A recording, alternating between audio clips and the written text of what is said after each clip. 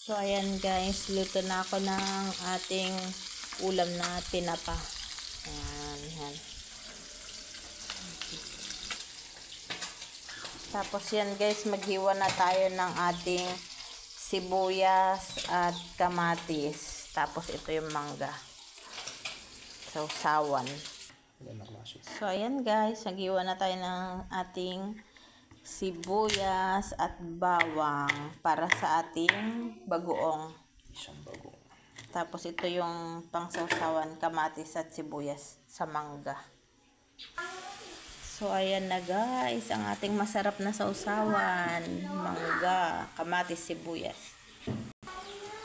Ito na yung aking alamang, ginisang alamang guys. Sarap. Tapos lalagyan natin ng sili. Harvest muna ako ng sili doon. Bango ng alamang. Ayan na guys, luto na yung ating alamang. So ayan, kakain na tayo.